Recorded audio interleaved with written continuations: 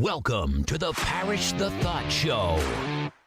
The opinions of Brian, your host, and his guests have not been sanitized or scientifically tested, so please consume at your own risk. Now, here's Brian.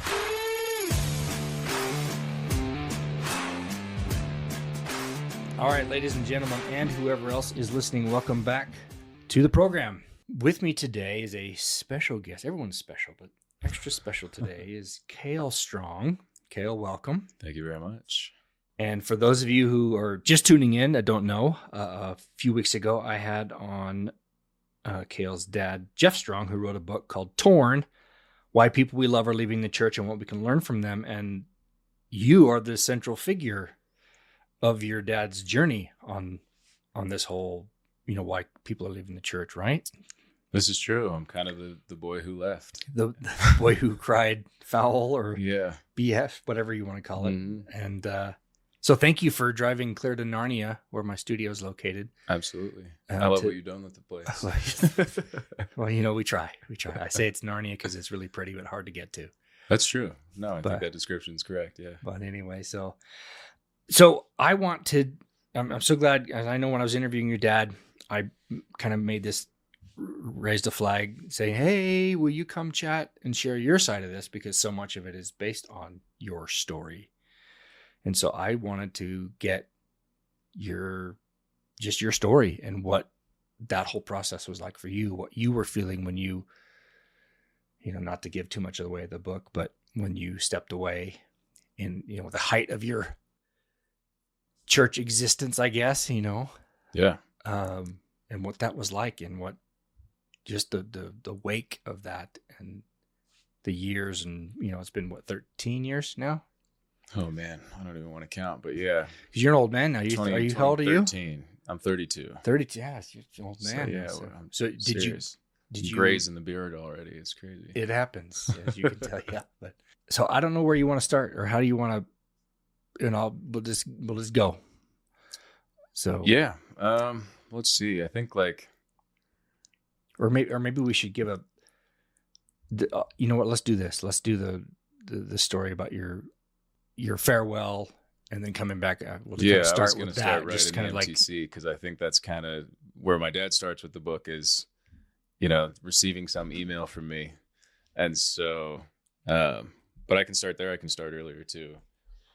Wherever you want. I think useful context is that, I left the MTC. I kind of felt like the year that I'd been down at school in California for my freshman year was kind of a pre-mission. And so I'd been down there talking to people about the church for quite a bit. It's you stand out. And where were you going to school? I went to Stanford. Okay. That's Bay Area, right? Yeah. It's Palo Alto. It's next to San Jose, San Francisco kind of thing. But yeah, I was absolutely a straight-laced, goody two-shoes Mormon kid, and I'd wear my suit the whole day every Sunday because I wanted to try and set myself apart and make it clear that I was kind of operating at a different standard than some of the other people at school and things like that. And so I got a lot of questions asked to me the whole time that I was down there, and so I felt like I went on a little bit of a pre-mission. You get tons of opportunities to talk about what you believe, and I think what felt like a blindside to my parents was much less a blindside to me, just because I'd sort of been wrestling with these questions in a very public capacity for about a year leading up to even going to the MTC in the first place. And so I started there. I ended up getting into the MTC. I was called on a mission to Fukuoka, Japan, which honestly would have been so cool. Yeah. It's funny how after the fact, it's oh, you know what? Japanese culture is really awesome. I think I would have really enjoyed it in a lot of ways. But yeah, I got called in there, and then I'd say the night prior was very kind of formative for me. I'd made it pretty clear prior to going into the MTC the next morning that I was not really feeling it. I think at the time my parents read that as just cold feet and let's just give them a little encouragement, which I think is understandable from their side. Missionary stage fright. Of course. How could you not just be feeling a little bit anxious about doing that for 2 years? regardless of what your belief about it all was. And so I don't think that they sensed the weight of those feelings for me and thought it was something that like I could kind of push through. And pretty quickly the following day, that was not the case. So on my little intake interview, you get in and you do the big hoorah at the MTC. This after you get your first day there? Yeah, this is on the first day. So I've only gotten my name tag hours prior, and they do a little intake interview. And in that interview, I was like, no, thanks. I'm going to leave. I don't want to do this. And so it was just thought you didn't say that to them, did you? Or in the interview? Yeah. Oh no, I absolutely did. Oh, okay. Yeah. So okay. I felt really bad actually. So it was, I don't remember his name, but he was called to this position. I was his very first interview in this calling. And so I felt awful, but I was just like, I've wrestled with this for a while and I don't think that this is for me and I want to go home. And that was kind of where I think it got really, I think, and I'll explain in a second, but this teed up like the rate of departure from the church in general, I'd say. I think if this interview was handled a little bit differently, I can't say for certain, obviously, but what happened was that I'd been talking to him and, this is only 5 or 10 minutes. He's gotten to know me a little bit. I was running track down at school. I'd had a hip injury, things like that. And he left the room for a second after I told him that I was not really interested. And he came back and, said that they'd said this really heartfelt prayer and that he'd been impressed by the Spirit to tell me that if I faithfully served a mission, that my hip would be healed and that I'd be able to run track at Stanford again. And me knowing the actual events of my life, I'd had a hip injury and I had also quit the track team, but those two things were not related. I didn't quit because of the injury. I didn't actually want to go back and run track at Stanford. And so it felt like a really strange way of telling me exactly what he thought I wanted to hear. And so my blood kind of ran cold in that one. And it just felt like, it was almost like it felt like a hostile act. Like, here I am expressing something that's really insanely difficult to express, which is like, I'm about to walk out of here. And it felt like I was met with dishonesty as a first approach. And so that was kind of what made me run pretty cold about the rest of the time that I was in the MTC. And it took me about 3 weeks before I was really permitted to even send that email that my dad talks about. So are emails gate kept is the word? It was, I guess that's not exactly what happened. It was, it took me that long to be able to actually leave. So I was able to email my dad. I don't remember about the one that was not on P-Day because I do think that they have some restrictions around that. But each person that I talked to was kind of like, well, read these scriptures, stay this a couple of days. We'll talk to you next week. Give it a chance. Yeah, give it a chance. And so it was just kind of like, okay. But at that point, like I was pretty turned off to the whole thing. It sounds like, and correct me if I'm wrong, you were kind of putting your heart out there and they were not listening. They just gave you the prescribed, this is what you do as a young missionary. You endure, you go through. Yeah, I think so. And if I'm wrong, tell me. No, I think there are lots of scriptures about faithfulness and things like that. And again, like, I don't think any of those things are misplaced necessarily, but it just felt like no one was really trying to hear out what I actually had to say. And truthfully, no one believed that I was as adamant about not going as I was. And so it felt kind of like a frustrating game that I was forced to play just to have the dignity of walking out. And so that was really frustrating. And then there was a few other experiences in the MTC that just kind of kept piling on that fire. And so one that was really memorable is I'm sitting in my class and our teacher's kind of instructing us about, it was mostly a Japanese class, and she was kind of telling us about what it was like out on her mission. And she talked about golden investigators and, how your job as a missionary is to essentially look for the people who are prepared. And she said that on her mission, there was a rule that if the person that you were visiting didn't commit to attend church with you after 3 visits, then you were to drop them. And that was the phrase that she used. And that was the phrase that rubbed me the wrong way. And so it felt like a very transactional thing. And then it's like, okay, well, if that's the culture of the mission that I'm about to go out and serve in, I want no part of that. Like, I don't want to make it seem as if a person's participation in the church is the condition upon which I will support and serve them.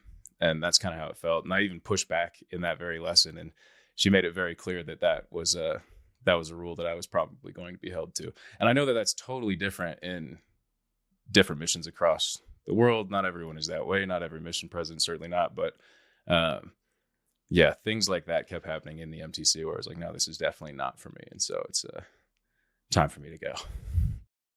Well, I'm on about 20 missionary updates. They're weekly updates. And it's a pattern that I see of them getting really frustrated with people for not accepting it so quickly. And I remember I was taking discussions 33 years ago before I joined. And I know the sisters who were teaching me, literally second discussion, they're like, well, you want to get baptized?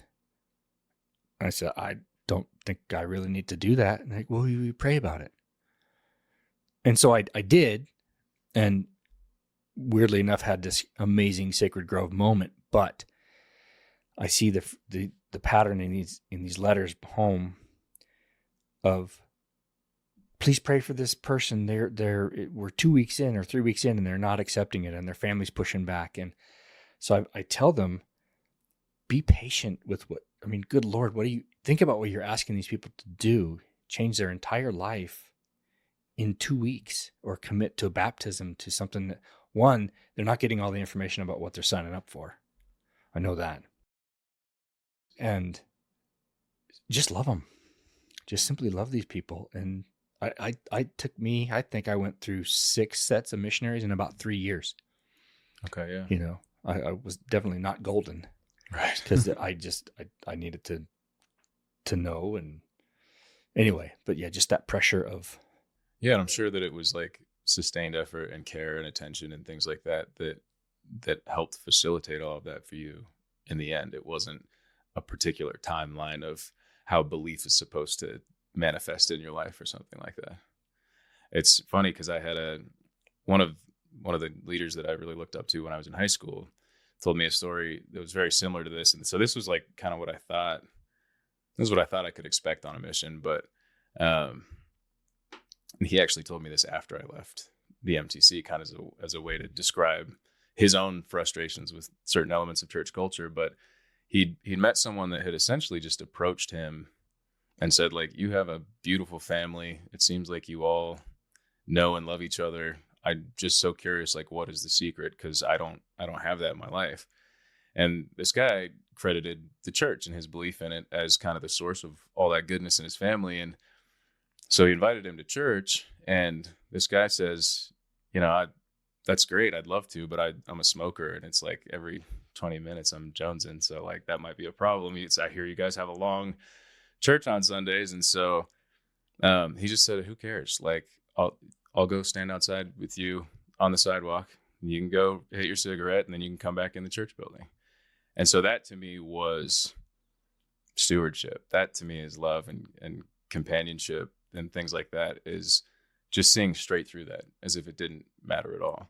And then what was so sad is that the guy eventually stopped coming because enough people had taken issue with the fact that there was cigarette smoke smells around him, around the lobby, or just like even outside the building. And so it was like, oh, there's this great opportunity to bring someone in, and it got completely thrown to the wind, which is crazy. And I've heard that many times in my 30 years being in, of we need to smell smoke in the chapels more often. Yeah. Because that's, we're this hospital for the sick, apparently. No, it's true. I think like one thing that I didn't have the term for growing up, but always seemed to rub me the wrong way a little bit about some elements of the church, is that there's like a sterility to the culture in many ways.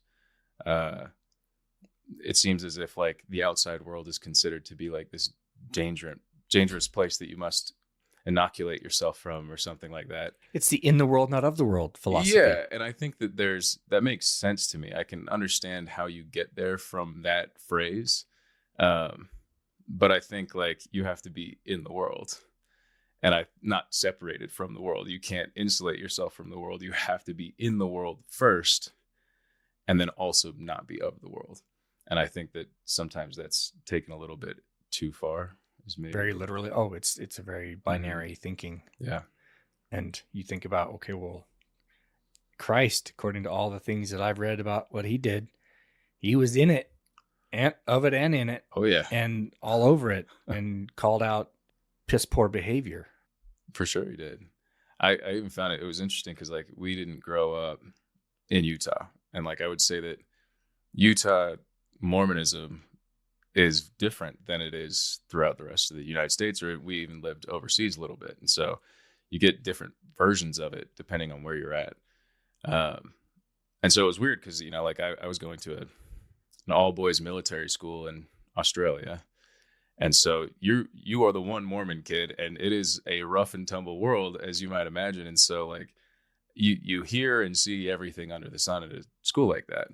And so your choice is to learn to deal with that.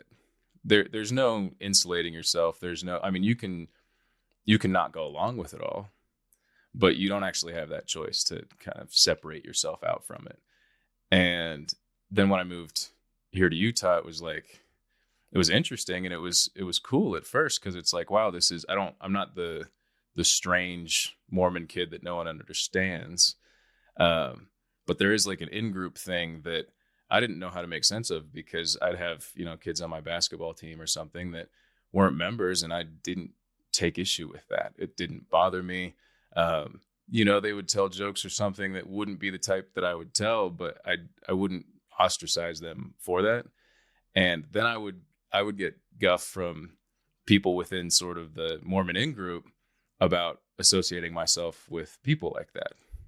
And to me, that was totally counter to Christ's example, is like he's getting out there with literally anyone. And the point is that his faith and his belief and his conviction is so strong that it doesn't matter what environment he's in. Like he stands on his own 2 feet.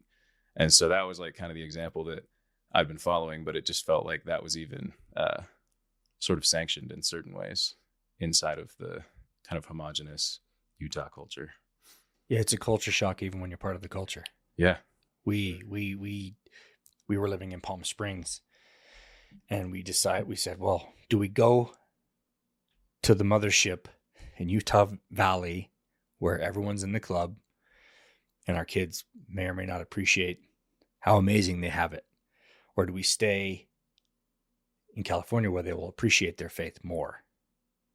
Yeah, ironically enough, we moved here. One of the reasons was because my daughter, who's now 30, she's your age, the one who came out as lesbian, she was going to parties with 10, 12-year-olds girls were kissing each other. It's like, well, we got to get her away from that, So that's the funny joke in the family. Yeah. Is that we thought, oh, the influence is what did it. Right. It's like, no, that's not how it works. But anyway. Yeah. That is a very funny, like full circle kind of moment. Yeah. It's very goofy. She's like, hey, how'd that work out for you guys? Right. No, that is funny. So yeah, I think maybe that's a good first pass on my leaving. I don't know what interests you, or like we could talk about my dad's book. Well, your dad's book's amazing, but your story is, and even he said it. He's like, this book can stand without all the statistics and data, because I think what I've seen, when I moved here in '87, I came to Utah to go to Utah State University. I barely heard of Mormons, didn't know anything about them. But the program I was going into at the time, it's one of the best in the country for that. And I had an uncle who graduated there. So he's like, yeah, go to Utah State. That's where it's all at. And I saw two very opposing examples of good and bad behavior. There were the people who said, hey, Brian, welcome to Utah. Come hang out with us. We don't care. Just come. We love you. And then there were the ones that were like, well, we should probably fix you first because you're broken. And after a while, I'm thinking, for a church that wants the world to think like you you got a really weird way of recruiting people by trying to fix them and change them. But it was the people who just loved me for who I was. Weird concept. Love your neighbor like Christ said. Weird, but it works. It does. And so when we moved back here, we said to my wife and I said, we don't want to be those people that judge people for not being whatever enough, active enough. And at one point, our son had a friend up the street and he wanted to go play with him. And my wife and I said, "Oh, I don't know. They're kind of less active." And it just like hit over the head. Oh my gosh, I've just become what I hated about people, judging someone because of their activity level. Yeah. And the way I got my head around not being so frustrated with people like that is like, I think they mean well.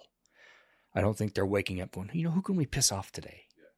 They truly mean they've come from 18 generations of the church of, or missionary church and lead everybody to the Christ. And I think they truly mean well. They just maybe don't know how to do it. So that's helped me not be frustrated with people like that. Yeah, I think I'm with you that that's a cultural thing. I think this is like why my dad ended up leaning into that term so hard in the book, is that there's just certain things that you don't see. It's the water that you're swimming in that you forget is there. And it is very sort of, it can be judgmental. It can be overly critical and corrective. And it doesn't really feel as warm and welcoming as I think people intend. And they even do intend for it to feel welcoming, I think, at times. But like I have plenty of stories from being in college where, it was clear to the church, the war down there, that I'd left.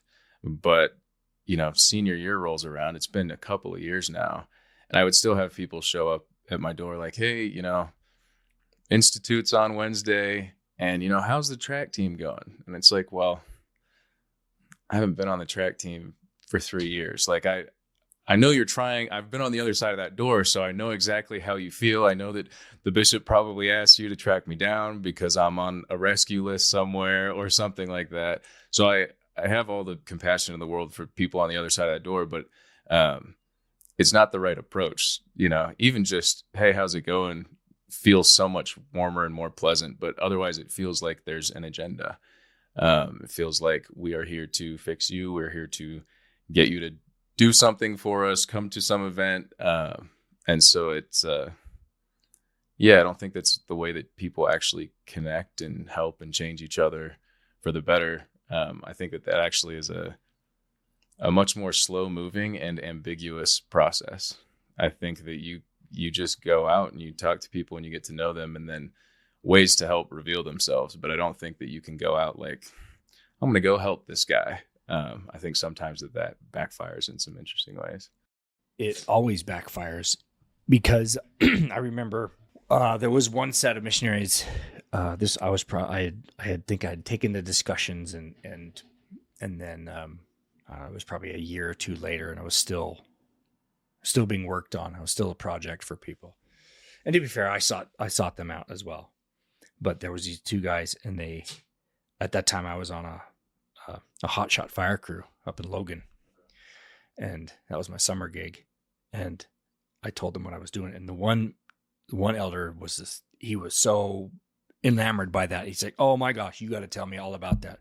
And we sat for half an hour and just talked about my world. And he loved it. And the other one just sat there, did nothing. And right at the end of that discussion, he's like, "Well, how do you feel about the church?" And I know it was probably he had to, a checklist of like, commit them to something. Right. and I said, "Man, your companion is a great example of just being interested in people. And I know you're probably trying, but that was a fail." Mm-hmm.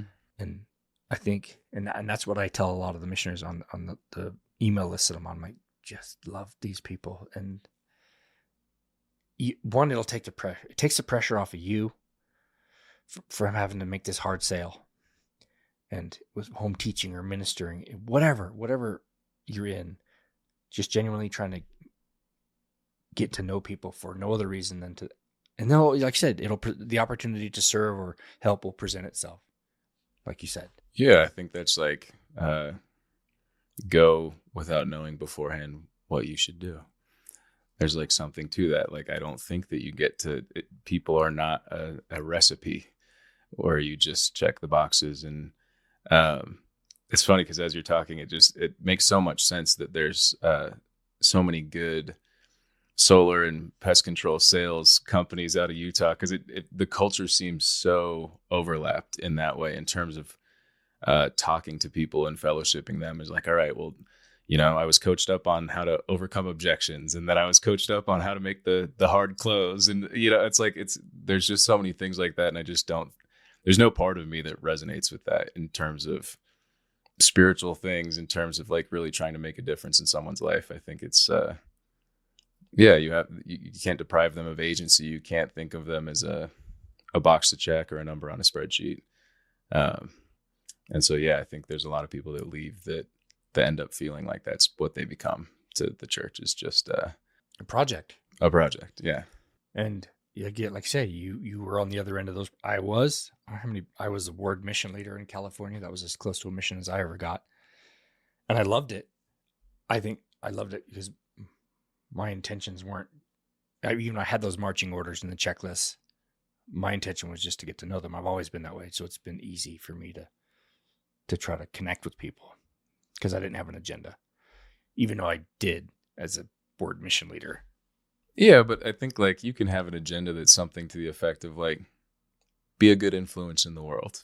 It's very vague, right? It's like, it's positive, it's vague, but like that as a point to fix yourself around will eventually lead to all of the opportunities that you're looking for. It's very different when the agenda is like, hit our KPIs, hit our quota for the month, that kind of thing. I just feel like it quantifies it in a way that I just find to be very bizarre. But I think that's kind of how people think of it. Well, it's a sales force. It is. It is a sales force. It absolutely is a sales force. I don't care what anybody says. It is a sales force. And I had some missionaries came to my door, I don't know, a couple months ago. And my first thought was, all right, has someone been listening to my podcast and worried about me? They're coming after you. And coming after me because I'm not whatever enough. But I was like, yeah, guys, come back. Love to talk to you. And I that's someone's kid. They're doing the best they can. So I'm not going to, they never showed up again. So for whatever reason, but I know my son went to Colombia for about 4 months, and he came back because of medical. So he was in pain the entire time, but that's something he noticed right off the bat was the KPI. Yeah. Checking the boxes and, cutting people off if they're wasting your time. Yeah. And I guess in a normal sales cycle, you're selling a product. Okay. There's some truth to that. Yeah. But this is different. This is a lot different. Yeah. I was sort of raised with the belief that like bringing one person would have been enough. So like dropping someone because of, better volume opportunities elsewhere just seems like totally counter to what I was raised in. It was like, no, the whole point is like, I'll sit with this one person through whatever it takes for them to overcome what they're dealing with. And overcome what they're dealing with is also a fundamentally different thing than get them into the church or get them baptized or something like that.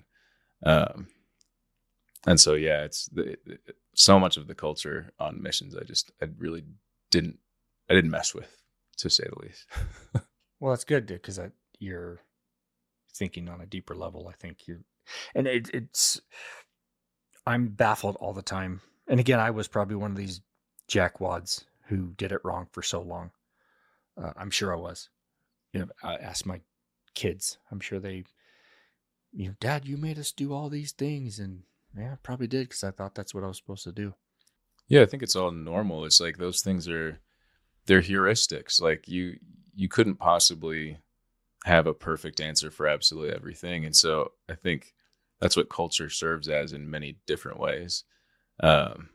I think if you have the experience of leaving a culture in a big way, you start to understand what the function of culture is in a way that's harder to understand and really wrap your head around if you're just kind of in the same culture in which you were raised. So I think you would probably get it. This is probably why you feel the way that you do, is you weren't raised in the church culture and you've come to the church culture. And so you have a point of comparison. And so I think I experienced that leaving is initially it was like, okay, well, I'm leaving these things that I don't love.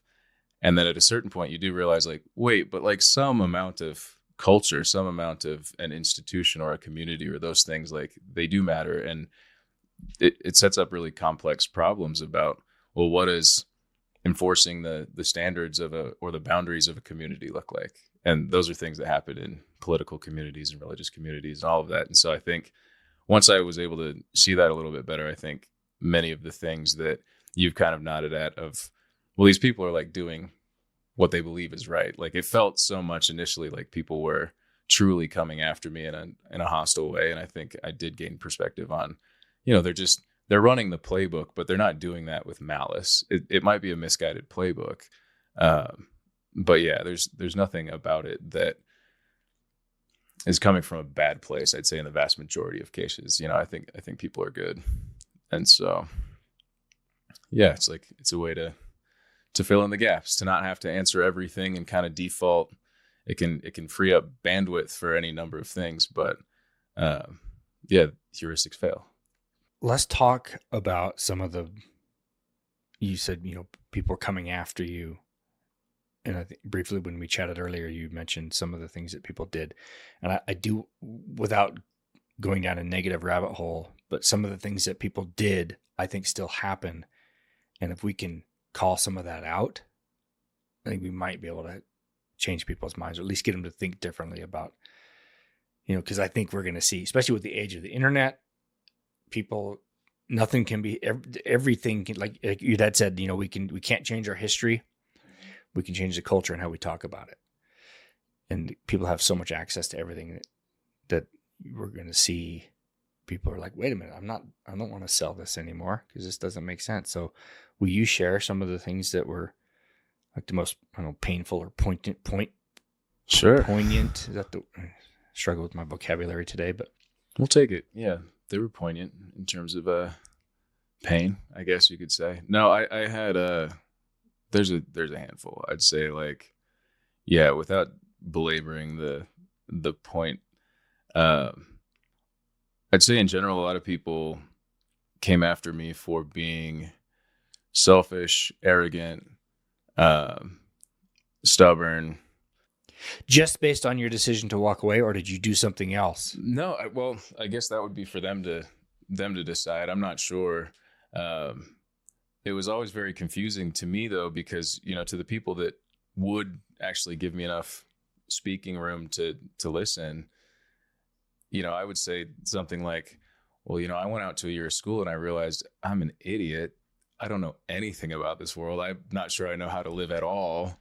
I can't imagine going out to Japan and telling people that I have some answer that they don't. And so it was very odd, that juxtaposition of like, I'm, if anything, like nervous to espouse these beliefs because I feel so ignorant of the facts of life. Like I need experience to be able to even approach talking about really deep spiritual things. And so it was just an interesting comparison where it's like, oh, and that's read as supreme arrogance to all sorts of people. And so, yeah, I've had to recognize your ignorance. Yeah. Or I think just to leave. Oh, because it was I challenged them essentially, right? It's if they are saying that I have to go and that the church is saying that I have to go, then it looks like a challenge to authority, and it is. It's just that I didn't respect those authorities.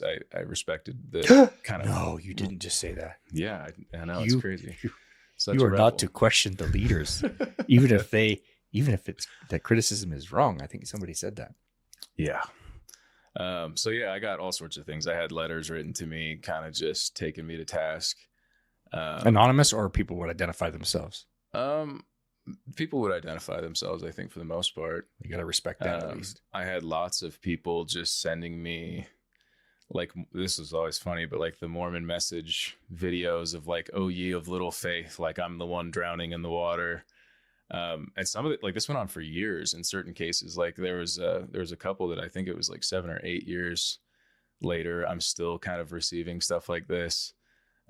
All sorts of people showed up at my door and essentially took me through the the worthiness interview, which I found to be very confusing. This is like friends of mine, peers of mine, all of a sudden kind of putting themselves in these positions of authority as if they are the one that gets to go on a witch hunt for which sins I committed that led me away from all of this kind of thing. Yeah, a lot of like, I don't know if the Mormon church is known for this so much, but a lot of hellfire, damnation, outer darkness, evil spirits, demons, like the whole shebang, I'd say like every bit of that was thrown at me. Because it's you, it's not the club, it's not the institution, because it's perfect. Yeah. Right. So like that, I think that's the bind that you get into is like, if you are to say that it is truly perfect, that all of the authority and the chain of authority is truly perfect, then you actually don't have agency, is how I feel about it. It's like, if you have the gun to my head, is it a choice? And I would say no, not in any meaningful sense is it a choice. And so, yeah, I had all sorts of stuff like that kind of put on my plate, and from people I wouldn't have necessarily expected. A lot of them I didn't know at all. That was always the weirdest part is, someone from the stake that, I'd maybe said hi to in passing once or something like that would take it upon themselves to kind of let me know. Were these people just like how wrong I was? Friends of your parents? Is that maybe led them to think that they could do that? So all sorts of different things. And then, like from my family, it was absolutely brutal. And it, when it's a stranger, it hurts less. When it's the people closer to you, that's the stuff that like ends up stinging quite a bit. Can we talk about some of that? Sure. Or maybe some examples of that? Because I think that's where a lot of harm occurs, is within the family, because it is people you're supposed to love and know. And they say, because I know some of the things I said to my daughter, and just thinking I was, just pray more. Just, what do you mean the temple was weird? Right. Like, you're crazy. You could have walked out any time. No. You could have. I heard that one a lot too. I was like, no, I don't think that's really the vibe in the temple, is that it's like, easy come, easy go. I'm trying to think like, well, again, just to remind, you're the first one that left the club in your family, correct? Yeah. Okay. I've had a brother and a sister leave as well. I have another brother and another sister who are still in. Okay. So of the kids, kind of three of five are out now. But yeah, I'm trying to think of like maybe the best way to go about it. I think there was one that was kind of interesting. One of my sisters at the time told me, "Why are you doing this to us?" Which I thought was just a very interesting phrase, that was kind of like the way that her own fear about the situation was expressed. It was very revealing, because it wasn't a choice for me. It was like, well, I just blew up the spot of the family in the celestial kingdom, right? And, like I just screwed empty it chairs all at up. the table, right? Yeah, like every time that they're going to think about that from here on, it's going to be tainted with the fact that I'm not going to be present. And so that stuff I found very difficult to work through. I think like in a general sense, the vibe at home in many ways was that not so much that I was gone, like dead and gone. In some ways it felt worse. It was like I was the one that killed their son. So it was all of the sort of grief and pain, but there was a whole lot of anger and frustration and resentment. And so that was like a very confusing thing to have to navigate, because you're just, the whole time I'm sitting there going like, I'm still here. This is still me. Nothing's changed. I still want to be a part of this family. I still love all of you. And it was just like, it's almost like but you broke it. You can't do that anymore. Yeah. And so it didn't take long. I was at home for about a month after the MTC, but then, the kind of the feeling from family and from the community in general was so bad that I booked a plane ticket and flew out to school again. And my dorm down there, they hadn't replaced my old room. So, the dorm found me some blankets and pillows, and I slept on the floor of my old room, and they bummed meals for me out of the dining halls, and like that was preferable to staying at home. And so it was that's very icy. Sad to think that this is your family and you didn't feel like you were welcome. It even felt like, even if I had just done a full 180 on the spot, like enough damage had been done. I was like, okay, I'm going to go on a mission. Everybody relax. Like it felt like so many bridges had been burned in ways that I truthfully just would not have seen coming. I think I was honestly naive to think that it wouldn't have had the extent of consequences that it did. But yeah, I know, like, looking back on it all, I know that it's all the same pain. So when I can look at my part of what started to change things for the better in my family was the recognition of like, okay, so I don't necessarily buy into this whole thing, but my family does. And what they're feeling is that like they ultimately lost me. Right. And that's a different feeling. And if you can kind of put yourself in their shoes, and what would it feel like if someone was lost to you forever? You wanted them in your life, and yet they were not going to be able to kind of see things out to the end with you. That would be very painful. And so I think the more that I was able to kind of put myself back into their shoes, it became a little bit easier to start bridging the gaps, because it felt less like they were angry at me and afraid of me, which was probably the feeling that I had for the most part. And it was more like, oh, they miss me. And so that became easier. That's easier to work with, because then you can just go be present with them. It's a lot easier to build that back. I think it's also maybe a hyper focus on the next life. Oh yeah. That in the last few years, it makes no sense to me. It's like, let's focus on what we can control. I don't know about the next life. I know a lot of things that we've been taught and told, but I don't know that that's reality. It sounds cool. I think I like it. Sure. But I don't have any control over any of that. And maybe that's the maybe people think you do, because, oh no, you're taught do these things here now to ensure that's ready. That's there for you on the other side. Yeah. No, my grandma always would say, like, it's funny because there's a big focus on the family, of course, in the church. And like, it's kind of, you progress spiritually as a unit is almost the conception of it all. And it's always interesting when you talk to somebody who's been in the church that has a really, really difficult family. I mean, people that, and this is all around us. There's tons of people who come from very broken homes, and there's a real placelessness, I think, that those people even feel in terms of this grand spiritual design of the eternities. Is it's like, well, why would I want to spend forever with people that can't even spend 10 minutes with me? So it's like, I think you're right that the thing that matters is like here and now, and whatever else happens. But it's like that would be, I think, the thing to lean on is like, if you can't love the people while you're standing by them, who cares at all about some grand vision where you're there for eternity? It's like, you can't even stand 10 minutes. How could you? I don't want to be with you. Yeah, well, no, I there were some times in the past in my marriage where my wife and I were struggling, and like, that whole eternity thing sucks. I don't want any part of that, and I know she doesn't either at the time. Mm-hmm. It's like, I'm kind of a jerkwad. I don't think she wants to be around that. Yeah.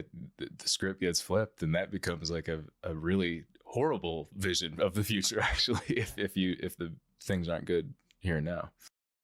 Any other examples of that, or that? I want to, again, try to provide as many examples as possible to see if maybe people can resonate with them and stop doing those things or do it differently without you having to. You don't need to throw your family under the bus, but I had some. I had a couple weird ones, so I'll provide two, and I'll just paint a picture a little bit of like why these two things, especially in combination, were so insanely destructive to me.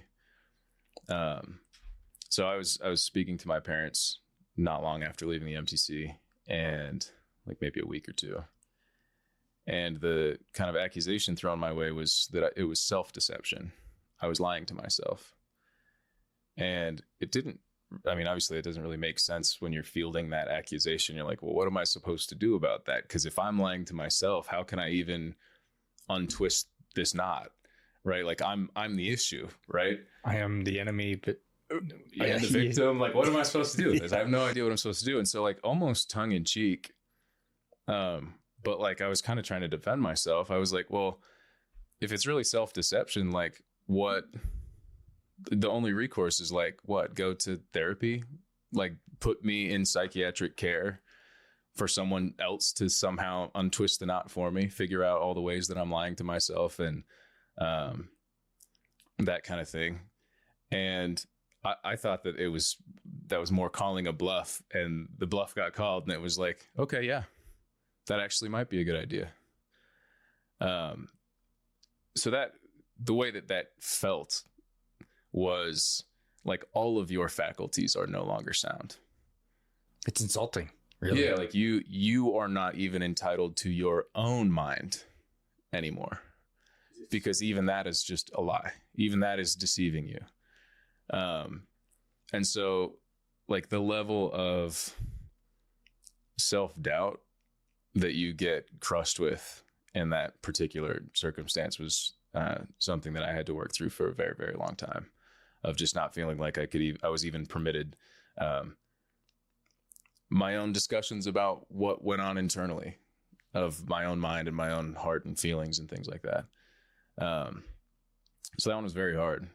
And then there was another who, and this one was so strange because we didn't know each other, but he showed up at the house and he told me to put on a suit. What was his role in your life? He had little to no role in my life. He was a member of our ward.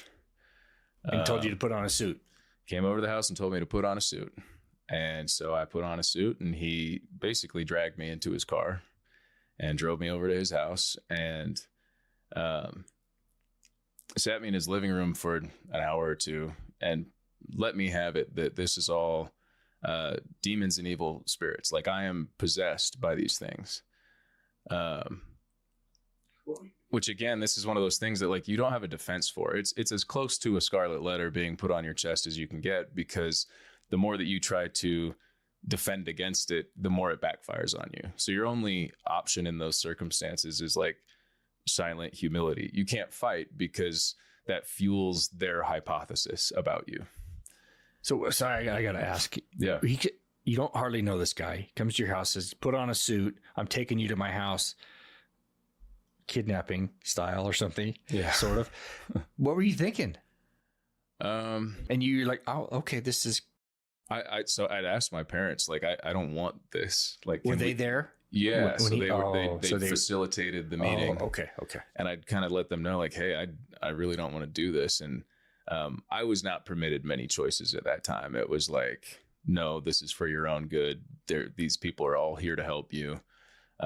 So yeah, it feels a little bit by like, you're getting thrown to the wolves while everyone's telling you that the wolves are your there friend? To help. They're just licking your wounds. It's like, okay, yeah, that doesn't feel that way. Yeah. And so anyway, that one was really troubling. And this gets to be a little bit tragic, I think, but I'm beyond it. But for a long time, so I had a neck injury in 2016, and I was snowboarding down at Tahoe with my dorm, and it took kind of a while for the injury to evolve. It was a concussion, and what ended up happening is that my C1 vertebra had essentially semi-dislocated. So I was having all sorts of very strange nervous system issues, visual disturbances, ringing ears, just tons of pain and headaches and all that kind of thing. And then on top of that, fairly regular seizures. So they weren't epileptic. It doesn't originate in the brain, but it was just like the nervous system itself was so agitated that I would have these seizures trying to kind of correct the spinal alignment. And when that happened, I was still not really in a great place with my family. We weren't talking all that much. but like, there's this feeling of like, your family's still not good. They can't see any of the goodness in you. You've been sort of poisoned with this self-doubt about whether or not you can trust your own mind, whether or not you're a good person. I mean, that one was laid on very thick. And then you've got a handful of voices in your head from these random strangers that told you the whole thing was because you were possessed by demons and evil spirits and things like that. So certain were they? What's that? And so certain were these people, right? Oh my goodness. Oh yeah. They just knew that you were possessed by, that's crazy talk. And so, you're laying on your dorm room floor having seizures, and the only thought running through your head is like, maybe they're right. Because it's in scripture of people convulsing and casting out demons. So, wow. Yeah. And so, like, you're not really seeking medical care because you don't have a support system that you feel like would really hear you out about it anyway. You can't really talk to anyone about that. Which division of the hospital do I go to get the demons out? No, exactly. It's like, what are you supposed to do? Demons. There's no one to talk to about that. There's no one to, you can't even tell your friends about it. It's crazy talk, like that. There's very few people who can understand the complexity of that, because you have to kind of understand the religious context of it all. You have to understand faith deconstruction. You have to understand medical sciences, like all of these various things at once. But yeah, like I would say, like, that's kind of where that stuff can lead a person. And so, yeah, as a cautionary tale, that's not love. That's not what Jesus would do. That, like, there's literally no way to slice it that says that was born out of compassion, charity, long suffering. Like, those things that you say to people can be poison, and they are poison. And so, yeah, it can get pretty bad out there. It's fear-based coercion. That's like crazy televangelists. Demons, cast out the demons. Like, yeah, I know it's in the scripture, but it was surprising to me at the time, because it's like, that's not really something that's not our MO. Mormons don't talk about that so much. No, it's there, but it's like, that's the crazy evangelicals, right? Yeah. But it felt like all that stuff just came right out of the woodworks, and it was like, they're waiting for me. And so, yeah, it was that part was very confusing, but also, of course, fuels my own disbelief in the institution. 'Cause it's like, well, this is, I don't feel loved. I don't feel any of these things that you're telling me that the church is supposed to make me feel. And the worst of it comes from the most stalwart and devout, and, at least appearing to be. So yeah, that's a Pharisee, like Pharisaical. I don't know I'm totally slaughtering it. Pharisaical beating. Yeah. Oh, for sure. And there were tons of people that, and it is just funny that this is how it works. And they were never the ones that were so devout or so outward about it. They weren't praying on the rooftops, so to speak. But man, like, they just see me in a grocery store and I flinch, because, every single conversation I'm having is just this weird undercurrent of, you're broken, and we see that. And man, like, it went such a long ways when someone would just come up and be like, "Hey, we heard you're home. Like, doesn't change a thing. We love you. Let us know if you need anything." And like 5 of those were the thing that outweighed like a mountain of the other stuff. But if I didn't have those, like, I don't know if I'd be here, truthfully. If I didn't feel like there was anything good from where I came from, I think I would have been at a very tough place. No, it makes total sense. You have nothing to live for. All your support systems are flawed or broken at best. Yeah. I know that when my son came back, even under all the it's okay because it's medical. Right. There's still that. Honorably discharged. Yes. Yeah. And I made him make the decision. I'm like, I'm not deciding. This is your, and he wanted us to. He wanted us to decide. I'm like, I'm not. You. Yeah. If you can handle it, great. Do it. If not, if you want to call it in, call it in. But he has never felt comfortable visiting our ward in the 1.5 years that he's been back. Just because, and people that have asked about him seem genuine. I think they probably are. They're like, wow, we love your son. He's great. Yeah. But he doesn't feel that. That's in the air, in the water of, oh, well, there must be something else, or you couldn't cut it. And part of me is sad that he didn't get to have the experience that he wanted just for him. But the fact that he, even nowadays in 2026, doesn't feel like he could. And maybe that's his insecurities, but it's, again, he's grown up in this. He's 21 now. Yeah. No, it is hard. I think the feeling, and as you said, like whether or not it's kind of via official channels, it's like there's just a big scarlet letter kind of feeling. Yeah. Everyone sees you now as the kid that didn't go on the mission. Even like, I always find this very funny, but even Mutual, the LDS dating app, where'd you serve your mission? And like, you can filter profiles based on whether or not they served a full mission or not. Does it give you options of like full part? It's like you can select by height, and then you can select by whether or not they served a mission. Like it's very funny. Like, is the only option a full time, or just is there? I don't know. If they may have changed it. 25%, 50%. Last check that out. That'd be funny though. What percent pure are you? Yeah. Yeah. And this is a total side tangent, but we used to tell our girls, make sure you date a returned missionary. And after a while, I'm thinking that's horrible counsel. How about if they're a returned missionary, that they're a kind and decent human being? Because my wife's ex-husband, she met on her mission and was a returned missionary, AP, all the things. My oldest daughter got married to a returned missionary. Horrible marriage for 4 years.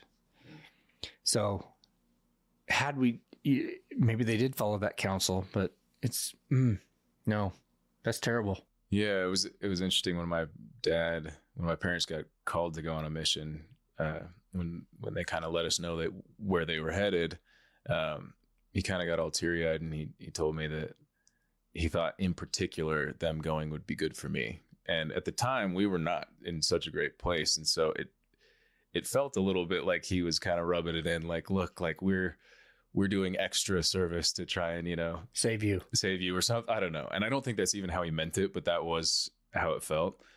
And it was very interesting because like him going out there and being with all these missionaries, he realized like, oh, there are tons and tons of missionaries who are out there who absolutely don't believe in the church, who are just terrified to come home. They just know what would await them, and so they won't do it.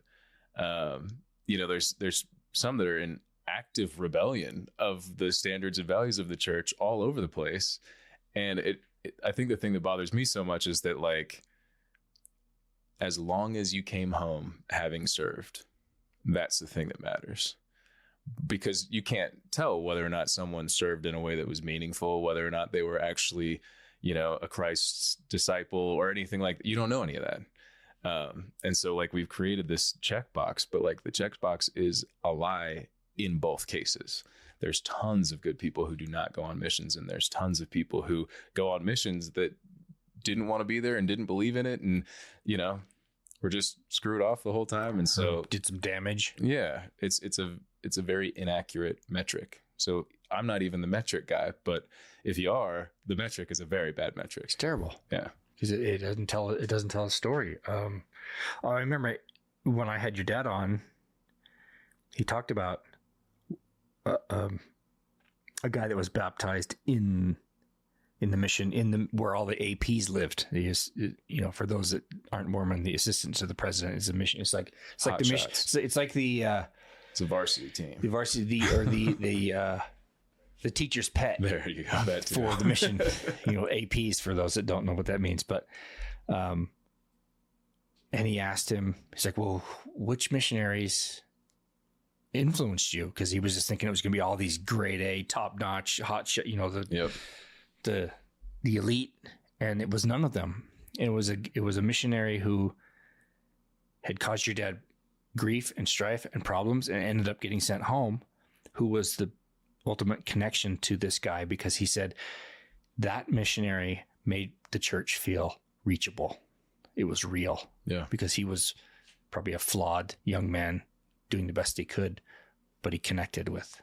And I think that's, instead of these elite hot shot salesmen, getting their quotas for the day, right, it made it feel like I can't be a part of something so highbrow, and I couldn't attain that. So I thought that was really interesting. It is interesting. It reminds me of the hospital metaphor, but it's like you walk into a hospital and yet everyone is healthy. They're all laying in beds. They all are hooked up to IVs and taking medication, but like no one will admit that they could possibly be sick. So there's like a funny perfectionist culture in the church around spiritual things. Like it's very difficult to admit that you have an actual doubt, because like a doubt it's an infection, and we have to, kind of storm the white blood cells at you and make sure that the infection is purged. Yeah, the white blood cells of doing more of the things. Right. We'll just do this. Mm-hmm. Do more. Okay, well, I'll do that. And guess what? Nothing's changing. Yeah. It's still on me, still on us, right? Yeah. So it's not the. But yeah, it's funny that the culture doesn't admit the hospital thing very much. It can be very perfectionistic. I think there's a keeping up with the Joneses element of, especially I think, Mormonism in the state of Utah. There's a lot of prosperity gospel stuff that I think really bothers me, where, the reason that we just bought this $10 million mansion is because the Lord has blessed us for our righteousness. It's like, I think it might be something else. I'll be totally honest with you. Well, yeah, because that can go the other way. And, right. And even I'm just kind of this journey that I'm on right now. My daughter, who was in your dad's mission right before he got there, is actually the one who said something to me that made me start going down this road and learning new things. And she'd said the other day, because she knows, I'm in, and I try to serve and I try to love, but there's lots of things just don't make sense anymore. And I can't make them make sense. But she's like, read this talk, Dad, read it, listen to it and read it. And it's the what lack I yet talk that was given a few years ago. Mm-hmm. Like, where am I wrong? And and I love her. She's awesome. And we're in a great space, and she's concerned, I think. But I'm like, well, Emily, it's your fault, really, because you were the one who asked the question on your mission about sexism, and you got me started on my journey. So I blame you. But it was try this, do this things. And they've been very good. They're not like, sometimes they'll send me things and like, oh, listen to this. And I'll listen to anything. I've always been open to listening to anything. Put it all out there. If this is the one and only truth on the planet, it should be able to stand up to anything and any discussion about anything. Yeah. So bring it. I'll listen to it. I'll learn. That doesn't go both ways very well. No, not in many cases. Oh, what about this? Did you think about that? So, yeah. It's fun. I have a quote in the book, actually, that's it kind of starts off the final chapter, but I wrote an essay last year or a year or two ago, I think now, called Shepherds and Scars. But it was kind of my answer to the standard Mormon playbook of like, do these things and all of your problems will be solved. And I kind of wrote the essay jumping off of an interesting book called Streetlights and Shadows, but it's written by a guy who he's trying to figure out, like, how do you coach up somebody to deal with circumstances that are completely new and novel to them and that there's not a textbook for. So, you're talking about really emergency situations. There's been a hurricane, or like the plane is going down, or you're a surgeon and there's some strange complication or something like that. What wisdom can be gained and carried into those experiences without any foreknowledge of what could actually even go wrong. And so he talks about, like, the reason it's called Streetlights and Shadows is that oftentimes we're looking for our keys. Like, he has this metaphor, and you've lost your keys somewhere in the parking lot. And what we do is we look for our keys right under the street lamp, because that's where it's easiest to see where they could be. And I think that in many ways is like the standard playbook. It's like, well, go do the really obvious things, but sometimes your keys are in the dark and you actually have to like go wander out into the fog, and you have to go away from something that is immediately obvious and immediately intelligible to you. And so that's like where the quote in the book comes from, is kind of me trying to sum up that sometimes the best that you actually have is to like appreciate the times that you have with people and recognize that they're going to take their own journeys. You can share the stories of the ways in which you were follied or flawed, or, the ways in which life hurt you and what you learned from that. And then you walk with them through the fog. And I think that that's like a much closer version to what I believe Christ can do, is take people out into those uncertain territories and just be with them. And I think that's a much closer vision than like the very standardized KPI checklist sort of culture that I think has crept in many respects. Full disclosure, I've not read the whole book yet. There you go. So I'm looking forward to seeing that. You got to check that one out. And before I had your dad on, I thought about, I need to read this whole thing, but then I didn't want to know stuff. I wanted it to be a surprise and a discovery. For sure. And to be fair, graphs and charts, I start losing. I feel like I'm reading a math book with this charts. I'm with you myself. It's like, I get it. So I'm glad he simplified the data, but he got there.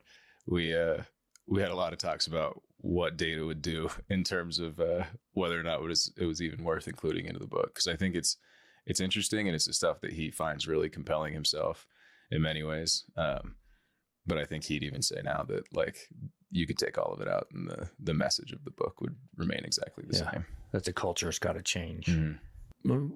Let's go forward and try to produce less pain in the world, with our friends and our neighbors and family. What haven't I asked you about your story that you want to share, that you think people ought to hear? I don't know. I think to put the nice bow on your dad's book. Yeah, I think when we talked like on the phone last time, I just think it's worth stressing that like whatever stage of this you're in, whichever side you're on, however you're feeling about it, I was not really speaking to my family, and I was in a very, very bad way. And the truth is that like today, it's like, who cares? Like when we're with each other, it's just not really a part of the conversation in any meaningful way. Like all of the negatives of it all, of course, like spirituality and all of that are like still a very vibrant part of our relationships and our lives. But yeah, I just think like at the end of the day, when you can commit to loving a person first, which is, I think, what ultimately helped my family and I build the bridge back, like it works. It just does. It's like a very pragmatic, love is very pragmatic. It works. And so that's why it's worth doing. And that's why it's worth putting ahead of whatever disagreements or confusions or ambiguities you might have. How long from when you ran away? I think you mentioned those were your words. You ran away till the time when you were cool with your family again. A while. Yeah. Like years? Years. Okay. For sure. Yeah. I think when they went out on the mission, I think they were able to recontextualize what the culture had, how the culture had shaped the church and also missionaries, young people. And so I think it was, probably 8 years or so before I think it was not all truly in the dumps that whole time. There were pockets of light, but I think like it really did just get put to rest at that point. Because I think we could all kind of actually see each other for who we are again. And you can have an amazing life now versus it sucks now, but it's going to be great later. But there was a time when my two oldest when my third was on our mission, the two oldest were not in a good place with us. And they actually bonded over, I think we were the common enemy. We and our love of the church was the common enemy. So they bonded, and ironically enough, those two hate each other now, but I think we're all the oldest one is still put up a wall. There's a huge wall, that I pretend to know part of it, but I don't know. I'd love to have just a relationship with her that's more consistent. But I feel like we're all in a good place and we accept each other for where we're at. My second one lives with us in our basement apartment. She is not a fan of the church in any way, shape, or form. We have a great relationship. She pokes fun at it and jokes and mocks, and we can and there's lots to mock. I mean, we're Mormons. There's some goofy things. There's some, with the peculiar part, for sure. It's real. And I've made fun of it since I walked in the door 31 years ago. Yeah. Because why not? There was a time when I would get offended when people were like, oh, you're culty and you're blah, blah, whatever. I'd get really butthurt about it. But I'm like, okay, tell me more. It's okay. I don't have to change you. I don't have to change your mind. I don't have to change you. Just love you for who you are and where you're at. Yeah. I think that sounds like a good embodiment of being in the world, but not of it. Yeah. It's like, send your arrows my way. It doesn't matter, Yeah. And so it seems like you're doing a good job of that. I'm collecting arrows. Yeah, right. Got a bunch of quivers. Yeah, exactly.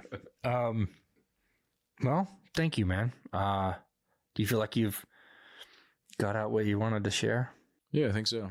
No, I really appreciate the conversation. I think it was really fun. My dad really enjoyed talking to you. And so... he's easy to talk to. Yeah. Has he, well... That's all you've known, probably. So he seems he's just very comfortable. I wasn't having a fanboy experience or something. Because he'd been on like 20 something podcasts by the time I was able to get to him. Right. But no, that's good. He was he's coming into a groove with it all now. I think he was the stardom. Yeah, for sure. He's getting very comfortable with the limelight or something. Yeah, like he's signing autographs and security back off. So yeah.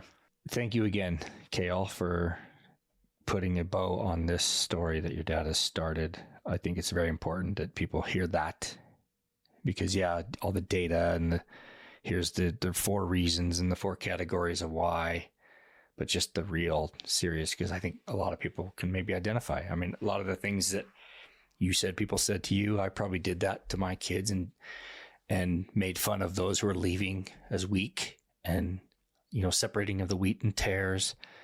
And I just don't think it's that simple. We ought to just love people where they're at, period. I'm with you. And we complicate the bejesus out of it in this culture. Yeah. And again, we're probably other churches, other cultures are probably have similar issues with, situations like yours where some of the flock is leaving. But anyway, thank you again. Do you want people to try to find you on social or email or anything like that? Maybe we can if you like. It's up to you. My email is just cale.strong@gmail.com. If you've got any questions, you can reach out. Okay. I'll plug my album too, just for fun. Please. That's the shameless plug time. Yeah, right. This is the moment. I wrote it. I've got an album on Spotify and all the things, so you can go check that out too. It's called Fool's Gold, but it's just my first and last name. Just it's the artist. So yeah, if you're into that kind of thing, there's definitely many of the themes that we've discussed here are source material for the album. So yeah, your dad did mention that, and I listened. I think I listened to one. I wasn't sure if I was on the right page. Maybe you clarified for me at one point if I was listening to the right stuff. But yeah, plug anything you want. Anything else you want to plug? No, that's great. Shameless, lavender farm for your farm. Sure, yeah. Come do some lavender, Lone Hawk lavender up in Midway. We're doing pick bouquets, so just come on through and pick your own. It's a good time. Okay. That's all I got. Perfect. Thank you so much. Appreciate it. Yeah, of course. My pleasure. Thank you again for listening to the Parrish the Thought Show. We know you have many podcast options and appreciate that you have chosen us. If you love what you hear, please give us a rating on whatever platform you find us. And don't forget to share, like, and subscribe. If you hate what you hear, only tell us.